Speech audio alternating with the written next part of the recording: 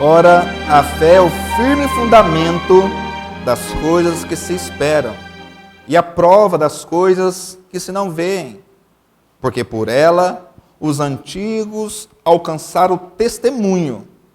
Pela fé, entendemos que os mundos, pela palavra de Deus, foram criados, de maneira que aquilo que se vê não foi feito do que é aparente.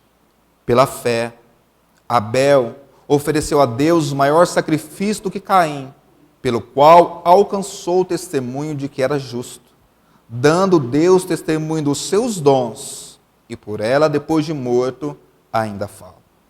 Pela fé, Enoque foi trasladado para não ver a morte e não foi achado, porque Deus o trasladara, visto como antes da sua trasladação alcançou o testemunho de que agradara a Deus. Ora, sem fé é impossível agradar-lhe, porque é necessário que aquele que se aproxima de Deus creia que ele existe e que é galardoador do que os busca. Pela fé, Noé, divinamente avisado das coisas que ainda não se viam, temeu e para a salvação da sua família preparou a arca, pela qual condenou o mundo e foi feito herdeiro da justiça, que é segundo a fé. Pela fé, Abraão, sendo chamado, obedeceu, indo para um lugar que havia de receber por herança, e saiu sem saber para onde ia. Pela fé, habitou na terra da promessa, como em terra alheia, morando em cabanas com Isaque e Jacó, herdeiros com ele da mesma promessa. Porque esperava a cidade que tem fundamentos, da qual o artífice e construtor é Deus. Pela fé, também a mesma Sara recebeu a virtude de conceber e deu à luz já fora de idade, porquanto teve por fiel aquele que lhe tinha prometido. Pelo que também de um, e esse já amortecido, descenderam tantos, em multidão como as estrelas do céu e como a areia inumerável que está na praia do mar. Todos estes morreram na fé, sem terem recebido as promessas, mas vendo-as de longe e crendo nelas, as abraçando-as, confessaram que eram estrangeiros e peregrinos na terra. Senhor Deus e Pai, eis aqui a Tua palavra, Senhor. A Tua palavra, Senhor, que é a verdade. A Tua palavra, Senhor Deus, que é poderosa esta noite, para nos instruir em justiça, em verdade e em santidade. A Tua palavra esta noite, Senhor Deus, que tem o poder que nenhum homem nessa terra tem. Aonde os médicos não podem tocar, a Tua alma invade. Ela chega, Senhor Deus, mais junto do que juntas e medulas, ao ponto, Senhor Deus, de discernir os pensamentos e a intenção do coração do homem. E que nessa noite, Senhor Deus, a Tua palavra seja essa espada, e que chegue ao mais profundo do nosso ser, e nos revele as verdades do Senhor, que tanto nós necessitamos para as nossas vidas. E que o Teu Santo Espírito testifique dentro de cada um esta noite a respeito dessa verdade. Eu oro também ao Deus no nome santo de Jesus Cristo, para que todo levante das trevas, para que toda força maligna que intenta alguma coisa, Pai, contra o culto essa noite, contra os Teus filhos, que todo mal caia neste momento por terra, em nome de Jesus Cristo. Amém. Glória a Deus. Podei-vos assentar. Igreja, esta noite eu quero falar, eu acho que ficou evidente, né, do assunto que nós vamos falar essa noite, né? E teve uma palavrinha aí que nós repetimos muito, né? Fé. Eu já vou começar a pregação com uma pergunta. O que é para você fé? O que é fé para você? Antes de nós analisarmos o que significa fé, antes de nós vermos o que a palavra diz a respeito de fé, eu quero que antes da mensagem você já pense, você já raciocine como é o que você imagina, como é o que você pensa ser fé. O que é fé? A fé, ela tem um fundamento, a fé tem uma base, E a palavra fé que em Hebreus, ela dá tanto o sentido subjetivo da palavra, como o sentido objetivo. E o sentido objetivo da palavra é aquilo que acontece no campo do intelecto, do pensar. Aquilo que não é algo concreto. Aquilo que todo homem existente tem. Não somente o crente. Não somente o religioso. Todo mundo tem uma medida de fé. Ora, as pessoas não têm fé, não creem que se lançar o grão na terra, ele não vai germinar e crescer? Isso é fé. A fé natural. A fé que todo homem, que todo ser humano tem. Muitos não têm uma fé, mesmo sem conhecer a palavra de Deus, que pensa que o mal, que o bem, sempre vai prevalecer. Você lembra até um certo atrás, antes de ter essa deturpação tão grande que nós vemos nas mídias, você lembra que você assistia os desenhos, os filmes, e como que era o final dos filmes? Sempre o mocinho ganhava, não era? Sempre o bem prevalecia sobre o mal. E muitas vezes você é acostumado com aquilo, você já dizia, eu já sei o final do filme. Eu creio que você, quantas vezes você já disse isso? Eu já sei o final do filme. Porque era comum. Sempre o bem prevalecia sobre o mal. Essa é uma fé natural. Que muitas pessoas não somente têm, mas que é inerente do ser humano. Porque o ser humano, ele sempre acredita em alguma coisa. Que até o ateu que diz que não crê em Deus, ele crê que Deus não existe. Assim como nós também cremos que Deus existe, ele tem que ter uma fé, ele tem que acreditar que Deus não existe. Nós, pelo contrário, temos uma fé de que Deus, ele existe. Essa palavra fé, do grego, é pistes. E a mesma palavra que significa fé e crer. Na palavra de Deus não há diferença para a palavra fé e para a palavra crer. A fé foi traduzida da Bíblia Vulgata, que era o latim, que trouxe para nós como fé. Mas sabe, irmãos, que seria a melhor tradução dessa palavra? É crer. É acreditar. Eu lhe pergunto esta noite, aonde está baseada a sua crença? Ou, se eu perguntar mais bonito, né? Às vezes algumas pessoas acham estranho falar crença, né? Onde está baseada a sua fé? Eu estou perguntando a você a mesma coisa. Não há mudança. A mesma palavra no grego pistes significa tanto fé como crer ou crença. E você está aqui, creio eu.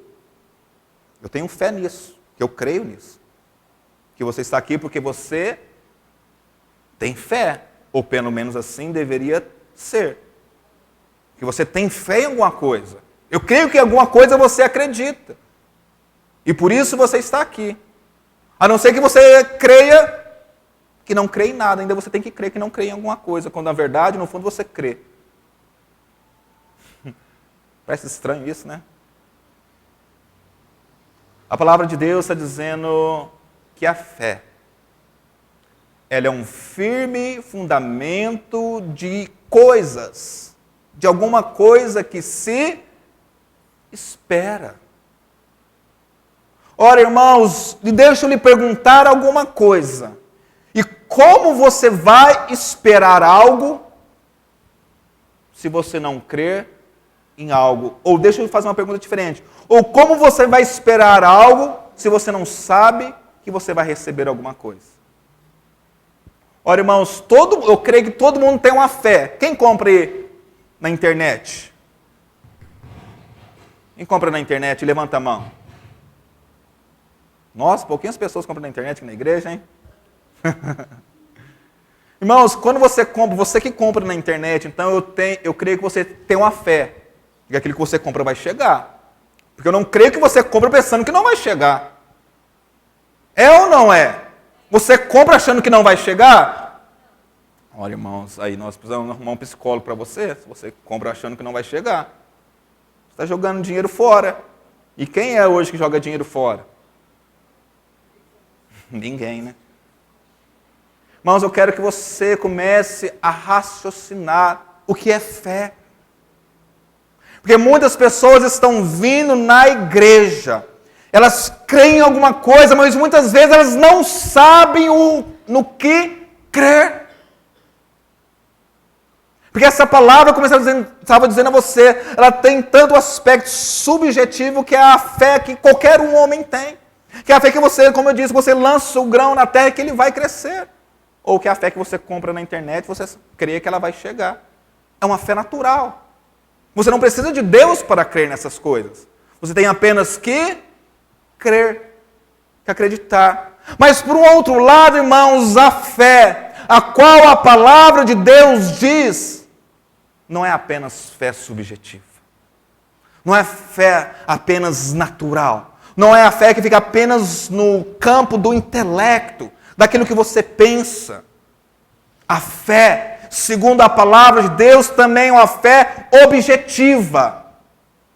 E a fé objetiva, ela vai dizer, segundo a palavra de Deus, é o conteúdo doutrinário das Sagradas Escrituras. Deixa eu te dizer uma coisa, eu vou fazer aqui uma afirmação. Se você não conhece a palavra de Deus, o que você tem não é fé salvadora. O que você tem é uma simples fé natural e humana. Porque o autor de Hebreus está dizendo que a fé é um firme fundamento de coisas que se esperam. Como você vai esperar algo se você não sabe nem desse algo? É a mesma coisa, irmãos, que quando você ganha um presente do nada. Você não estava esperando aquilo e por isso você não estava colocando fé de que você ia receber algo, você simplesmente ganhou algo. E aquilo para você foi uma alegria, um prazer, algo inesperado. Mas a nossa fé não é algo inesperado. A nossa fé não se baseia no nada. A fé nossa, ela se baseia em alguma coisa. A nossa fé ela tem uma base, a nossa fé ela tem um fundamento. E esse fundamento são as doutrinas da palavra de Deus. Porque como você vai crer em Deus se você não sabe que Ele existe?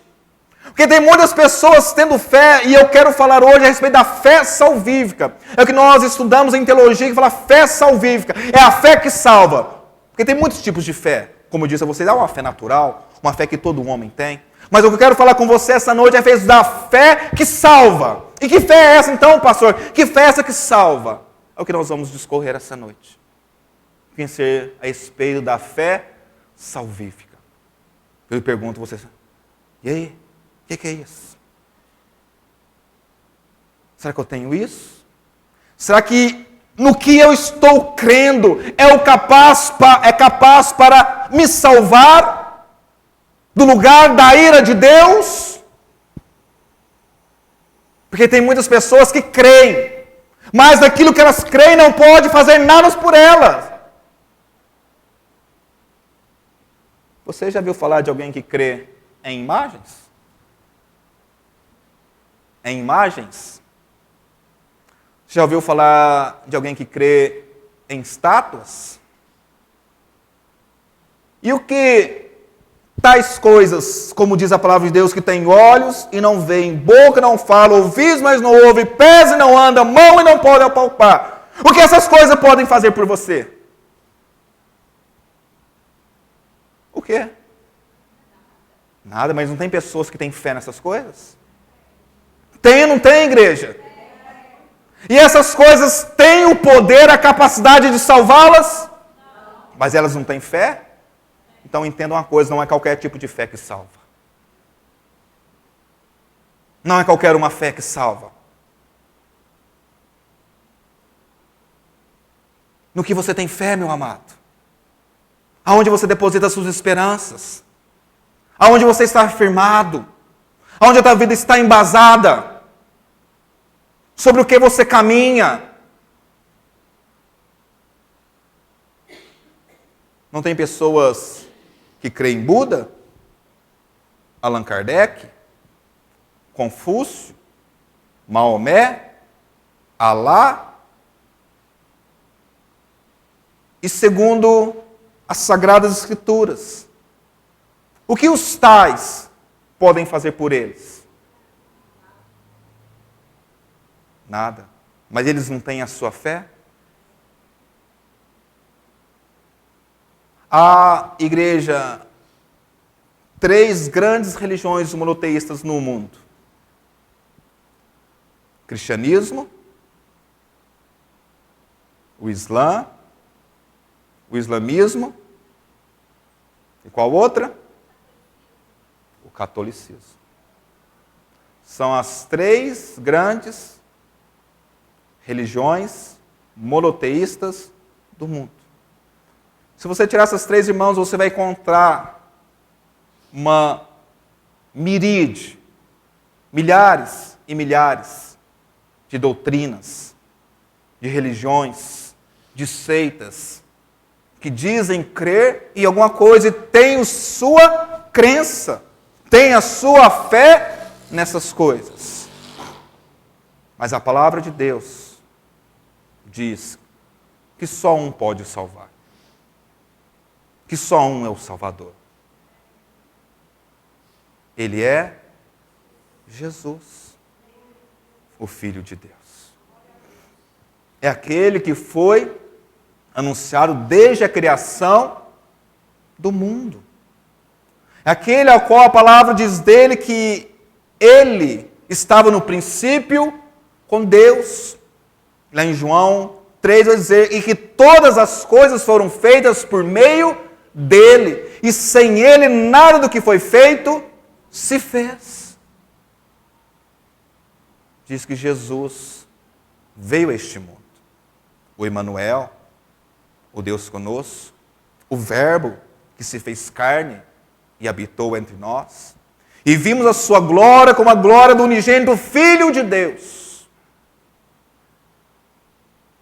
Mas os homens amaram mais as trevas, porque as suas obras eram más, e não vieram para a luz a fim de que as suas obras não fossem descobertas. Jesus, aquele que diz a respeito de si mesmo, eu sou o caminho, eu sou a verdade, e eu sou a vida.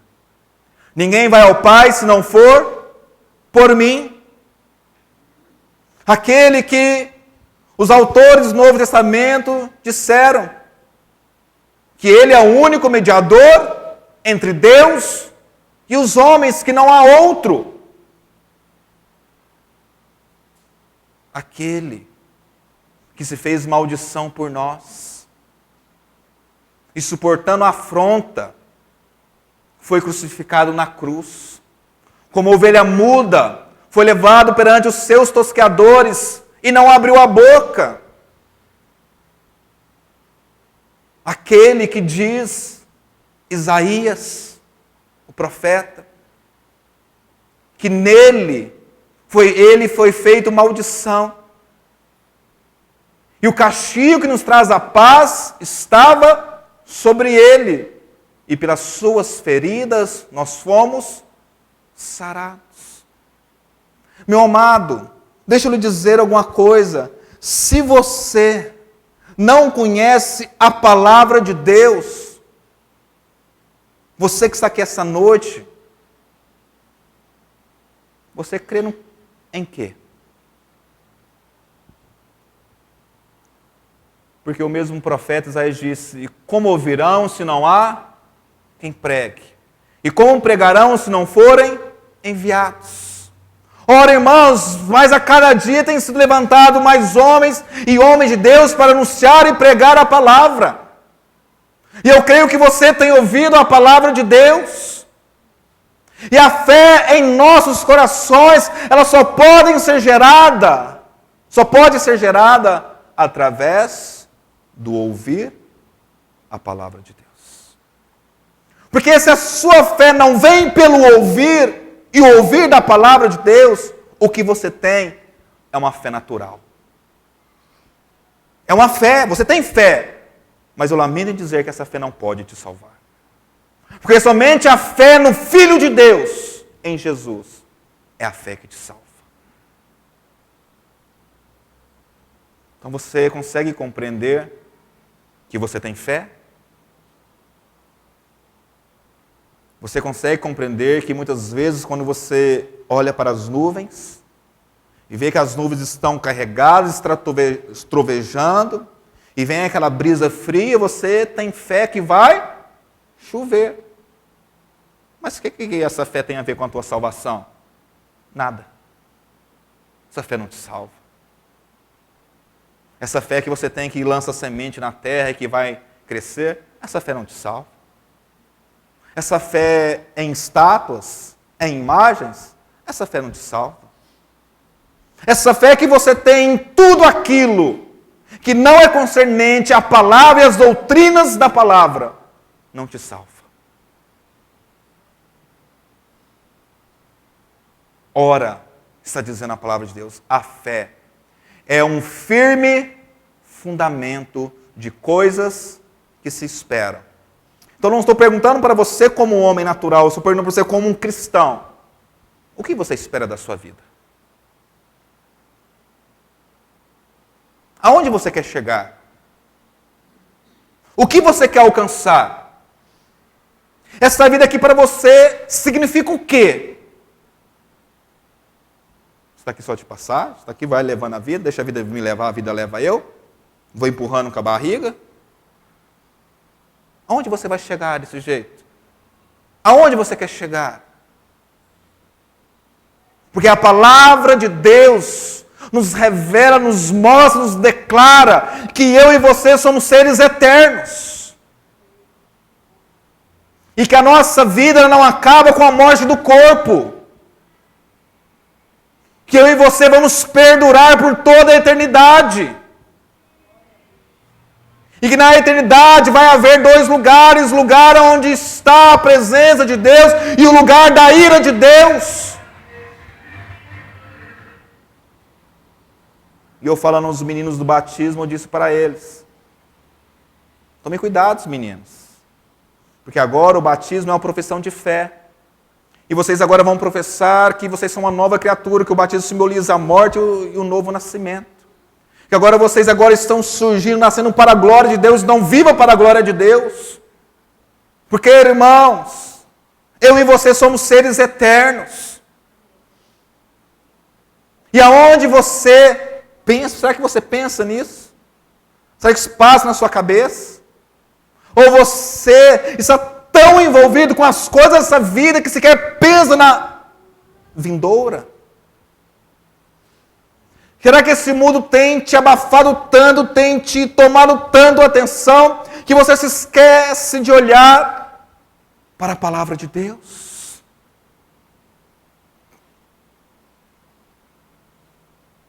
Não foi Jesus que contou a parábola do semeador?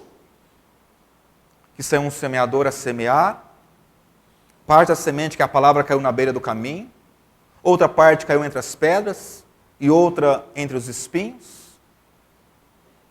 O que ouve a palavra e não deixa entrar é aquela semente que caiu na beira do caminho, terra dura, batida, cuja a palavra vem e a pessoa se torna indiferente à palavra de Deus. E hoje na escola bíblica dominical nós falamos a respeito disso. E eu citei um exemplo de indiferença. O que é uma pessoa indiferente? Você já viu uma pessoa indiferente à dor? Em muitos casos da medicina tem crianças, o que eu vi foi uma criança, hoje também o pessoal comentou, que já viram na televisão também, pessoas que são indiferentes à dor. Que crianças que são indiferentes à dor, elas têm que ir passar no médico quase diariamente, semanalmente ou mensalmente, sabe por quê? Às vezes elas quebram a perna, quebram a mão, quebram alguma parte do corpo, elas não sentem e continuam normalmente. Será que teria alguma pessoa indiferente a essa dor ao ponto de a sua mão pegar fogo e ela não sentir? Imagina uma pessoa indiferente ao fogo. Ela está olhando, o pé dela está pegando fogo, está queimando, já está até com cheiro de churrasco, e ela não está sentindo nada. Sabe, irmãos, tem muitas pessoas na igreja que estão indiferentes à palavra de Deus.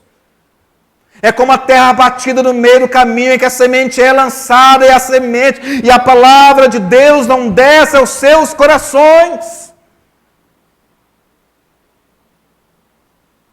A palavra de Deus diz: se hoje ouvirem a minha voz, não endureçais os vossos corações, como vossos pais no deserto me tentaram e todos pereceram no deserto. Você está falando daquele povo no deserto, que estava vendo os milagres de Deus, que estava vendo o poder de Deus, a nuvem de dia protegendo do sol, a coluna de fogo à noite protegendo do frio do deserto, vendo água brotar da rocha, o maná cair do céu, Deus fazendo milagre todos os dias. Aquele povo estava indiferente a Deus. Tanto é que diz a palavra de Deus que aquela geração de 20 anos para cima todos morreram no deserto, porque não puderam entrar na terra prometida. Pessoas indiferentes à palavra de Deus. E a pessoa que é indiferente à palavra de Deus, ela não consegue ser gerada uma fé na sua vida, uma fé que salva. Ela vai ter fé em várias coisas, mas menos uma fé que tem um poder para lhe salvar. Porque não se esqueça, a fé é um firme fundamento de coisas que se esperam. E quais são essas coisas que alguns esperam, que a palavra de Deus está dizendo? Você tem que saber quais são, porque senão a sua fé é vazia, é nula e não pode te salvar. No que você espera? Aonde está firmada, baseada a tua fé? A fé é o firme fundamento de coisas que se esperam e a prova de coisas que se não veem, ou em alguma tradução vai dizer, e a certeza de coisas que não se veem. Você não viu, mas diz que você tem tanta certeza nisso, que ela para você é tão real como se você a visse. Você está conseguindo compreender o que eu estou tentando dizer a você? Ou você a sua mente já está longe? Hein? Olha o que diz a palavra de Deus, no verso 2. Porque por ela quem? Pela fé. Os antigos alcançaram testemunho. Pela fé entendemos que os mundos, pela palavra de Deus, foram criados de maneira que aquilo que se vê não foi feito do que é aparente. Ora, irmãos,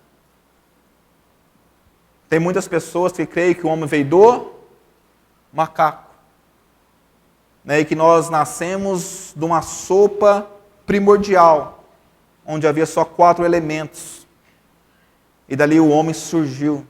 Micróbios, vai nascendo e vai para a evolução até chegar em você. Tem que ter muita fé para crer nisso. Tem que ter muita fé para crer que você veio do macaco. A palavra de Deus, irmãos, diz que o mundo foi criado. E aí, irmãos, você crê ou não crê? A palavra de Deus diz que Deus criou todas as coisas pelo poder da sua palavra. E aí você crê ou não crê? A palavra de Deus diz que Deus criou o mundo em 6 dias e ao 7º ele descansou. E aí você crê ou não crê? Se Deus criou o mundo em 6 ou mais dias. Sabe, irmãos, é uma questão de fé. E se você não crê no que a palavra de Deus diz, ou se você não crê em tudo o que a palavra de Deus diz, a fé que você tem não pode te salvar. Se você crê em meias verdades, se você crê somente aquilo que a palavra de Deus te agrada, e aquilo que não te agrada você não crê, a fé que você tem não pode te salvar.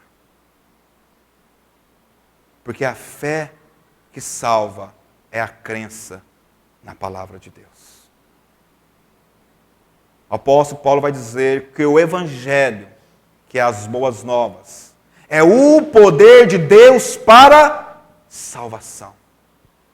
Qual que é o poder de Deus para a salvação? É o Evangelho. É você ouvir o Evangelho. É o Evangelho chegar ao seu ouvido. E aquilo que chegar ao seu ouvido, você crê que aquilo é de Deus. Mas, irmãos, eu não quero que você seja tolo. Eu não quero que você vá acreditando em qualquer coisa, em qualquer um que te fala. Você tem que crer antes na palavra de Deus.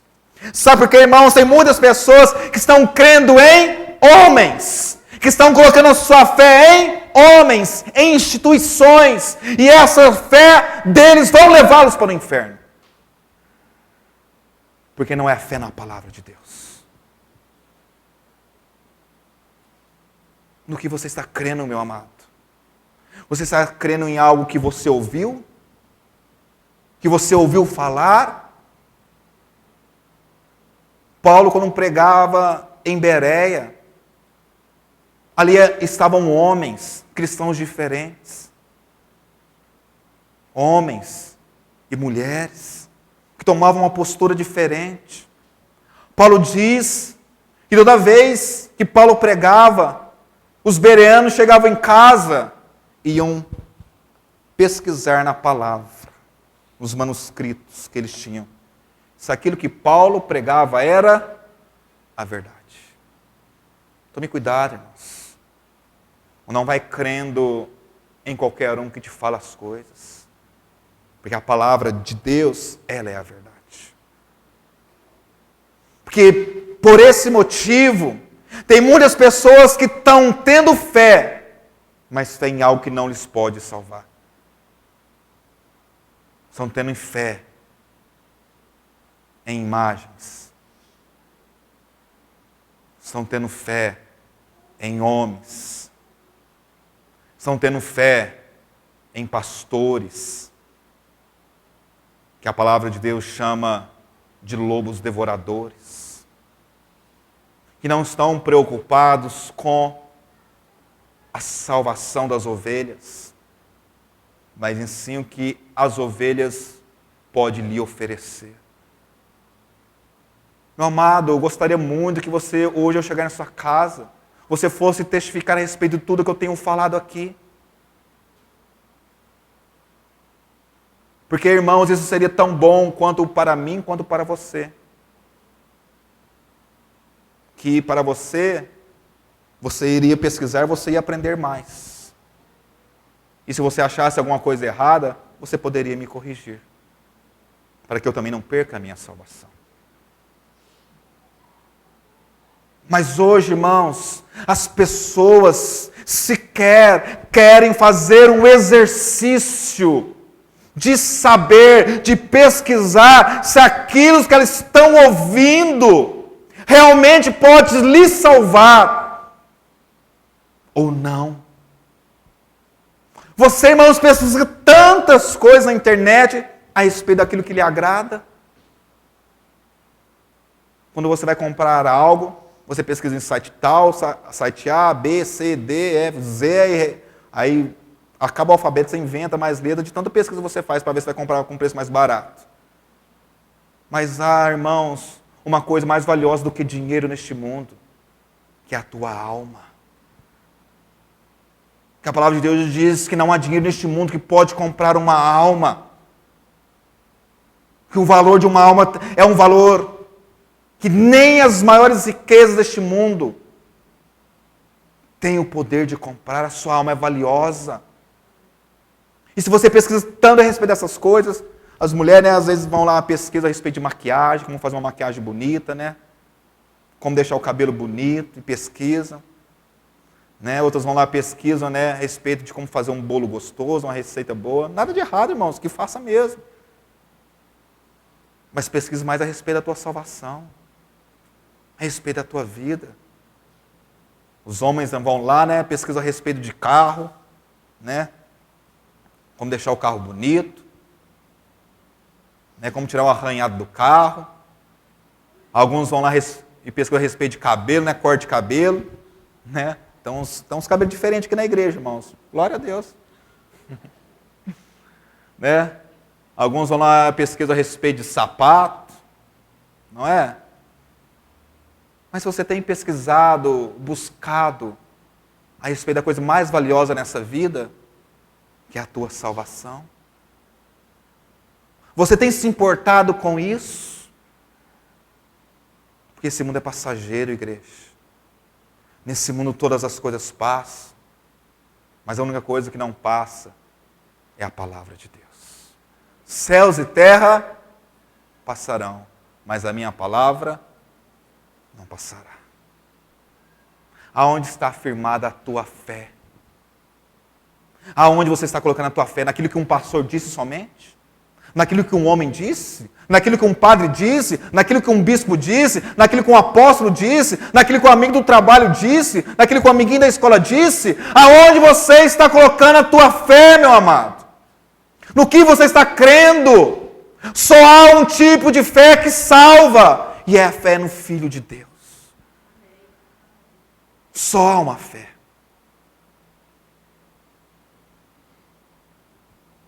Pela fé, entendemos que o mundo, pela palavra de Deus, foram criado.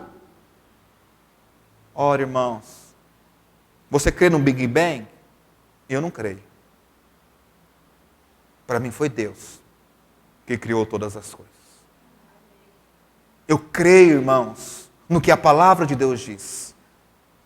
Não, eu não apenas não creio no que a palavra de Deus diz, eu creio em tudo aquilo que a palavra de Deus diz. Como eu ouvi um pregador dizer, se a palavra de Deus dissesse que Jonas teria sido engolido por um lambari, eu acreditaria. Eu só não sei como que ele ia sair de lá depois. Mas eu iria crer. No que você está crendo, meu amado? Irmãos, entenda uma coisa, isso é essencial, é primordial para a tua salvação. Abra comigo a sua Bíblia, lá em Efésios 2:8. Volte um pouquinho aí. Efésios 2:8.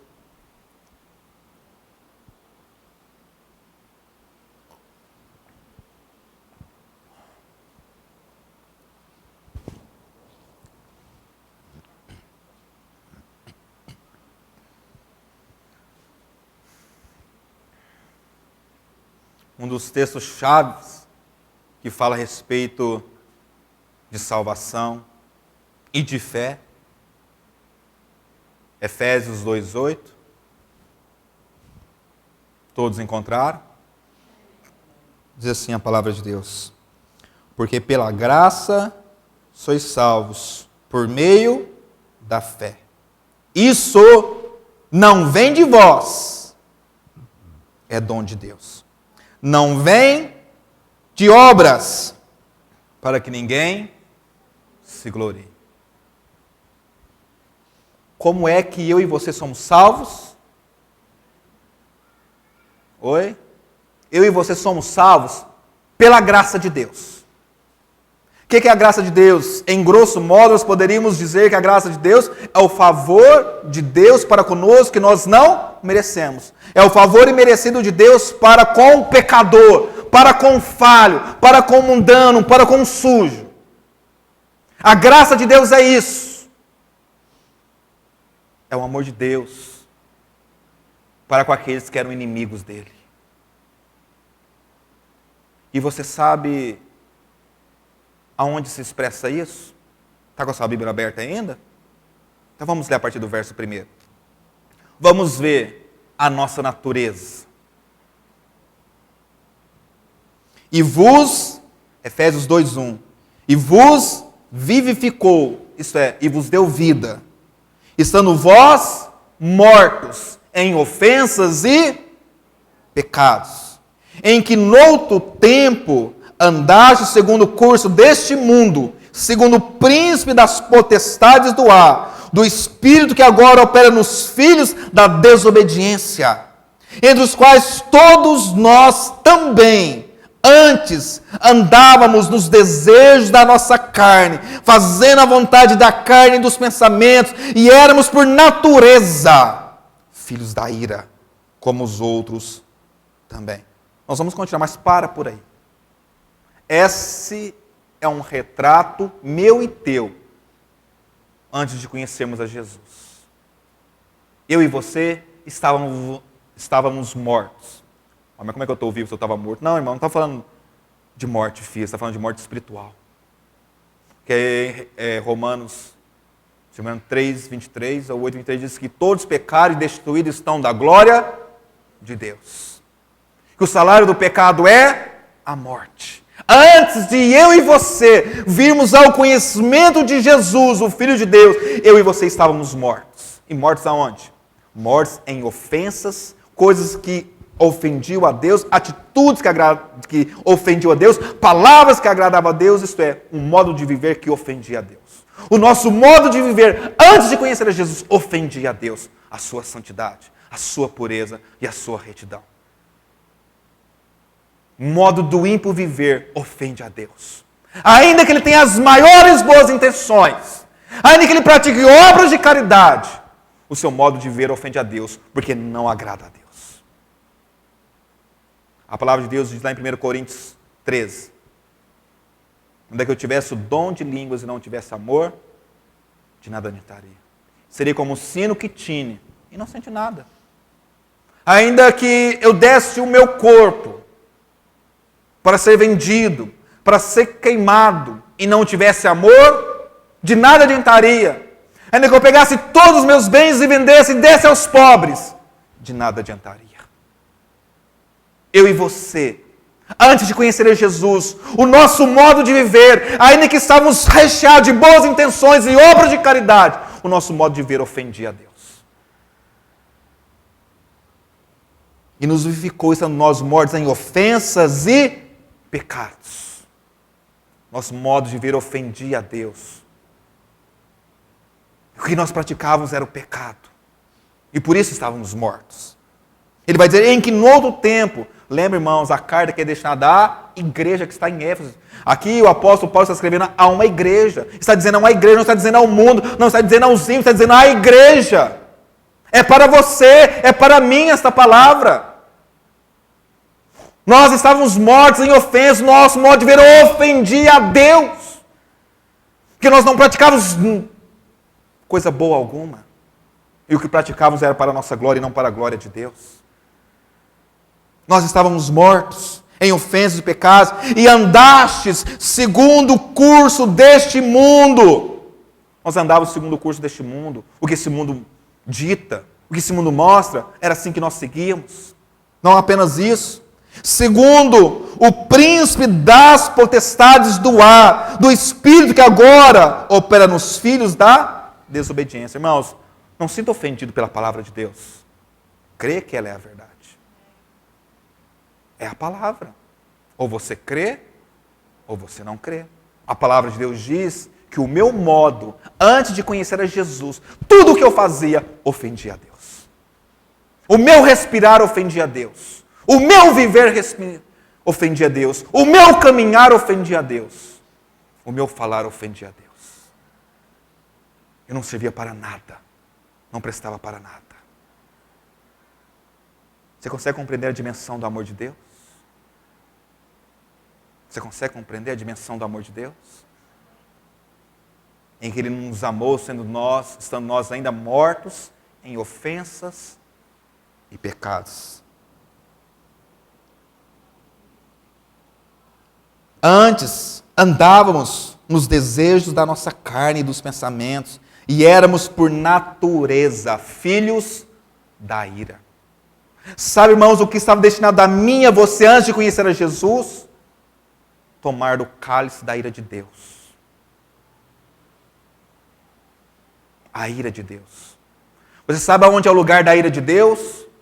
É o que diz lá em Apocalipse 20, a partir do verso 11. No julgamento do trono branco.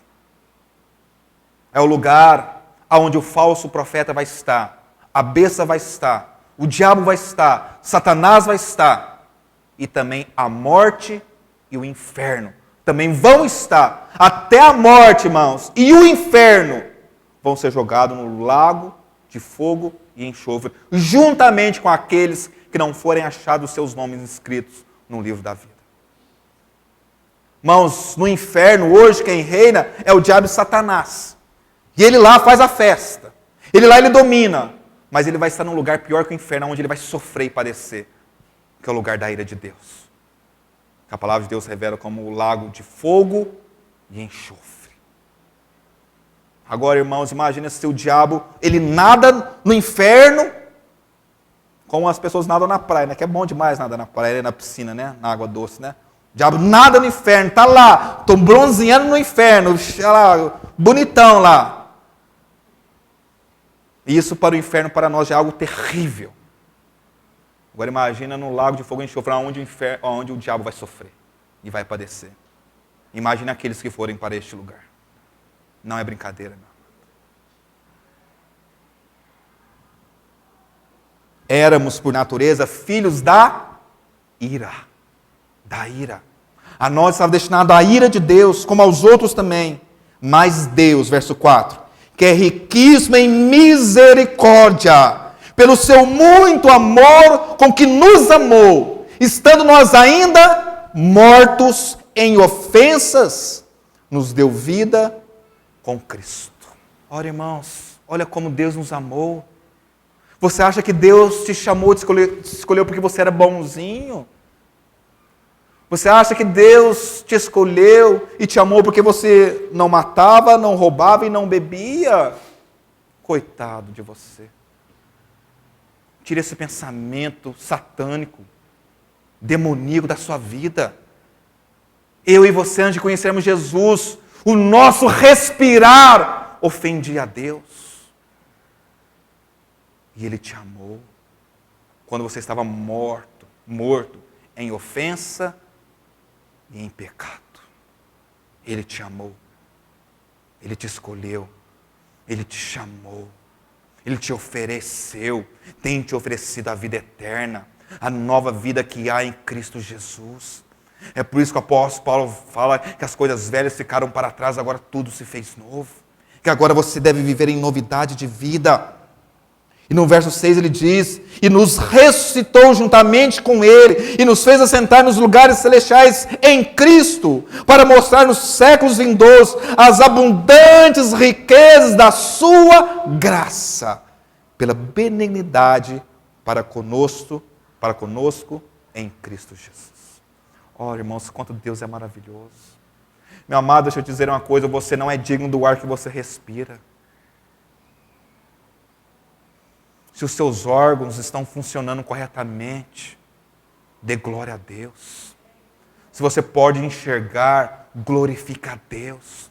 Se você pode ouvir, glorifica a Deus. Se você pode falar, glorifica a Deus. Se você pode andar, glorifica a Deus.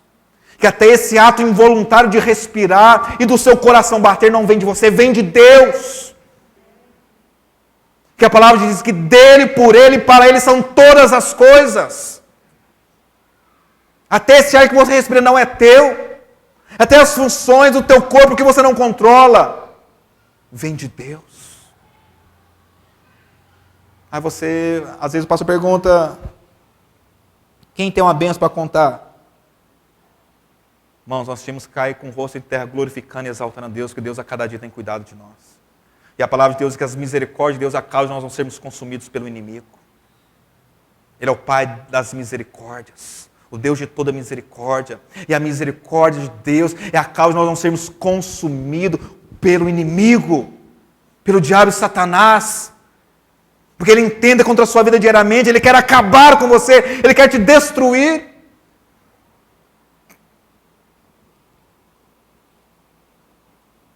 Por quê? Pela graça pelo favor, pela bondade, pela benignidade, pelas misericórdias, pelo amor, pela graça de Deus. Algo que nós não merecemos. Porque o que eu e você fizemos a Deus para Ele nos retribuir com a salvação? Quais foram as nossas obras que nós fizemos a Deus para Ele nos oferecer Jesus, o Salvador das nossas almas? Se até o nosso modo de respirar ofendia a Deus. É graça, é favor imerecido de Deus. E sabe, irmãos, como isso vem para a sua vida? Sabe como isso chega até você? Há um meio pelo qual a graça de Deus chega na sua vida. Há um meio pelo qual, me desculpe, há um meio pelo qual a salvação chega na sua vida. Diz lá, pela graça, sois salvos. Quem que salva? É Jesus. É a graça de Deus que nos salva. Por meio da fé. O mecanismo de nos achegarmos a essa salvação, de sermos participantes dessa salvação, é a fé. Lá em Hebreus 10 vai dizer que sem fé é impossível agradar a Deus. Porque é necessário que aqueles que se achegam a Ele, se acheguem com inteira certeza de fé em seus corações. Nós somos salvos por Jesus, pela sua graça, que é o favor de Deus que nós não merecemos, revelado em Jesus, na cruz do Calvário, ao ponto de Deus dar o seu Filho por amor ao mundo, para que todo aquele que nele crê não pereça, mas tenha a vida eterna. Por esta graça revelada em Jesus, o Filho de Deus, nós somos salvos pelo mecanismo da fé. E qual fé é essa? Você já sabe que fé é essa. Não é qualquer tipo de fé. Não é uma fé natural. Não é a fé que todo ser humano tem, que Deus deu a todos. É a fé salvífica. E qual é a fé salvífica? É aquela que nós temos na nossa mente e que é testificada, conformada, firmada, fundamentada através das doutrinas da palavra de Deus. Não é uma fé que você cria, não é uma fé que você formula, não é uma fé que você inventa, não é a fé que você ouviu falar, é uma fé baseada, fundamentada na palavra de Deus. Você se torna participante da salvação de Deus por meio da fé. E olha que eu vou te dizer algo aqui tremendo. Vou te dizer algo aqui maravilhoso.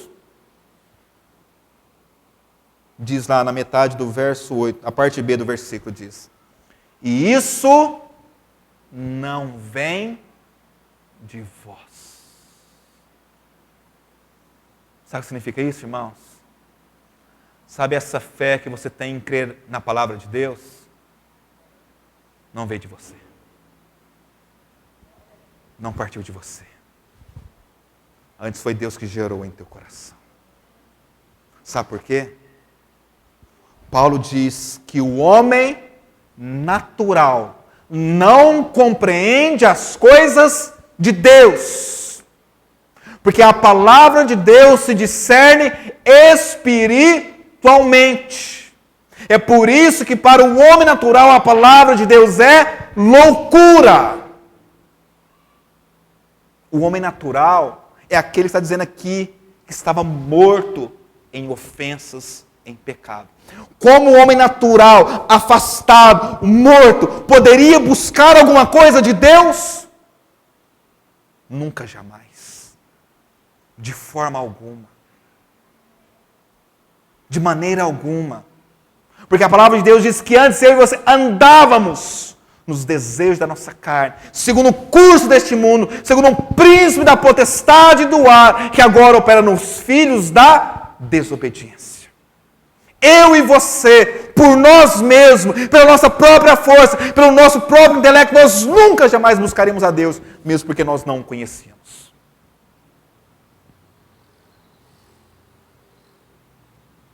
A palavra de Deus está dizendo que isso não vem de vós. Ora, irmãos, a graça de Deus, ela vem de nós? Não, a graça de Deus é de Deus. Então a graça de Deus vem de Deus, a graça de Deus é dada por Deus, é pela graça de Deus, é o favor imerecido de Deus que eu e você não merecemos. E essa fé, então vamos supor que é a fé que está falando. A fé não vem de vós. Ela é um dom de Deus. Pela graça, sois salvos por meio da fé. E isso não vem de vós. É um dom de Deus. É o dom da fé. É o dom de você crer no impossível. É o dom de você crer que Jesus, no nome de Jesus, há todo o poder, tanto nos céus como na terra. Que no nome de Jesus o morto ressuscita, que no nome de Jesus o paralítico anda, que no nome de Jesus o cego enxerga, que no nome de Jesus o surdo ouve. É essa fé no nome de Jesus. Essa fé não vem de mim, essa fé não vem de você, essa fé é um dom de Deus.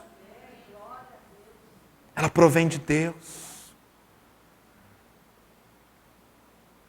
É algo, irmãos, como diz lá em Filipenses 3, que é Deus que opera em nós, tanto querer como efetuar, segundo o beneplácito da sua vontade.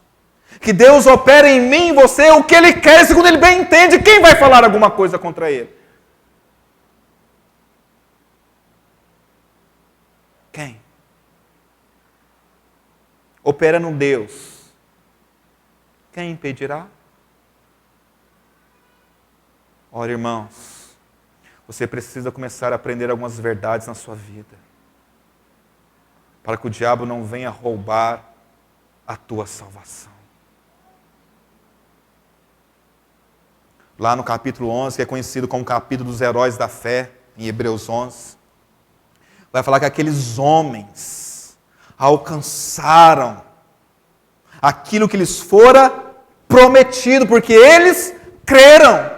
Que Abraão, sem saber para onde ia, creu na palavra de Deus e por isso saiu, por isso foi justificado. Pela sua fé.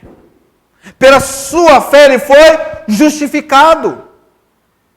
Que Noé, nos dias de Noé, até então nunca havia chovido, divinamente avisado de que haveria um dilúvio, começou a construir um grande barco, a arca. Coisa de louco, irmãos. Entenda, nunca havia chovido. Nunca tinha chovido, as pessoas não sabiam o que era cair água do céu. Mas a palavra de Deus tinha um orvalho todo dia que regava a terra. Não tinha chuva do céu. E ali estava Noé, naquele lugar seco, construindo um barco. E dizendo, preparava os irmãos, que o dilúvio está chegando. Vai cair água do céu. Nunca viu, irmãos, cair água do céu. Não sabia o que era isso. É uma coisa nós falar que nós inventarmos uma coisa e falar que querer que as pessoas creiam. É quando nós falar que vai vir disco voador e vai levar você para dar um passeio. É mais ou menos assim que Noé estava pregando. É pela fé, irmãos. É pela fé. O que foi? Noé creu e foi justificado por aquilo que cria, naquilo que acreditava. É por meio da fé. Você crê na palavra de Deus?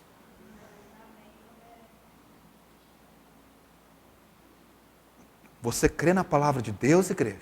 Amém.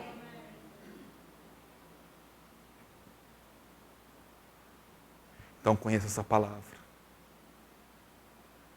Então busca essa palavra.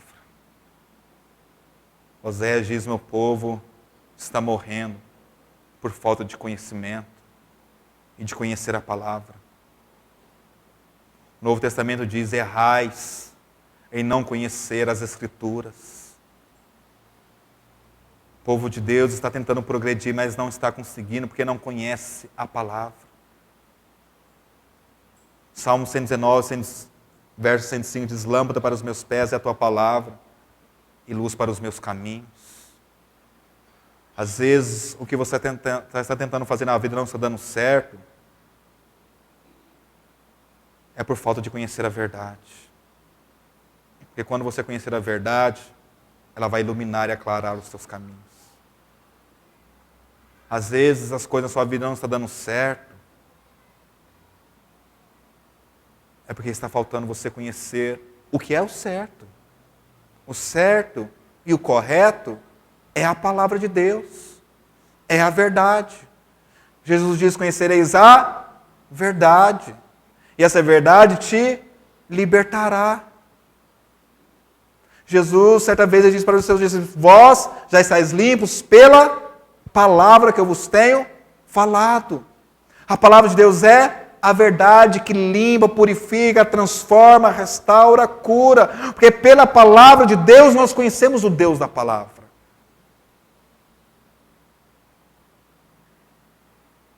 Aonde, igreja, está firmada a tua fé?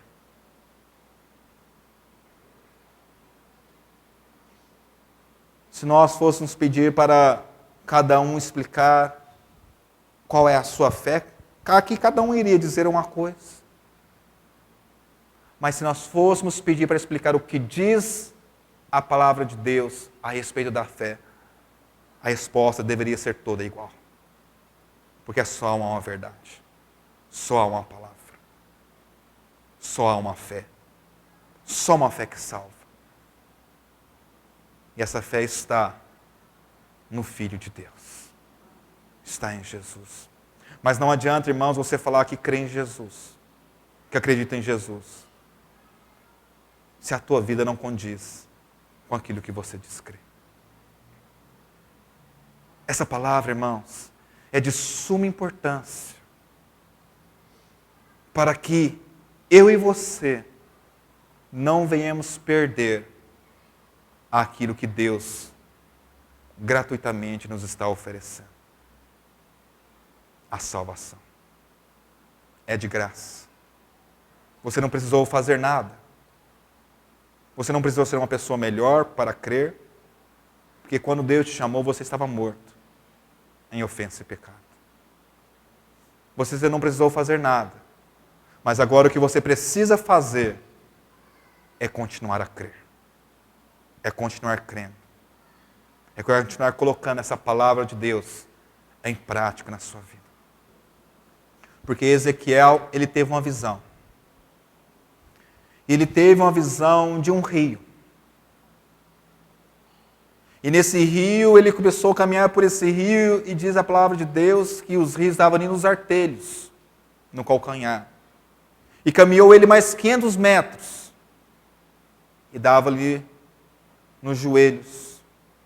Caminhou mais 500, dava ali nos lombos. Caminhou mais 500, e esse era um rio que já o submergia. Esse já era um rio que agora não dava mais pé. Agora era um rio que você tinha que mergulhar nele. E saiba de uma coisa, igreja: quando você mergulhar no rio de Deus, é o rio que vai te levar. É o rio que vai te conduzir. E Jesus, Ele quer ser esse rio na sua vida. Ele quer te conduzir. Ele quer te levar. Para que isso aconteça, é necessário que você creia. É necessário que você se entregue. E quando você crê, você descansa. Quando você crê, você folga. Quando você crê, você se entrega. Eu quero fazer um convite a você essa noite. Eu quero convidar você a se entregar nessa noite. Eu quero convidar você a andar por esse rio, não com as águas nos artelhos, não com as águas nos joelhos, não com as águas nos lombos, mas eu quero convidar a você essa noite a mergulhar nesse rio, a se entregar ao rio de Deus, a deixar-se ser guiado, dirigido pelo seu Senhor. Nesse rio, você não vai afogar. Esse rio, quem vai estar conduzindo a tua vida é o Mestre das nossas vidas. É o Senhor das nossas vidas. Mas para isso, igreja, é necessário que você creia. É necessário que você acredite. É necessário que você tenha fé nessa palavra, de que essa palavra que você tem nas suas mãos, ela é a palavra de Deus. Ela é a verdade de Deus. E você se deixe levar por essa palavra.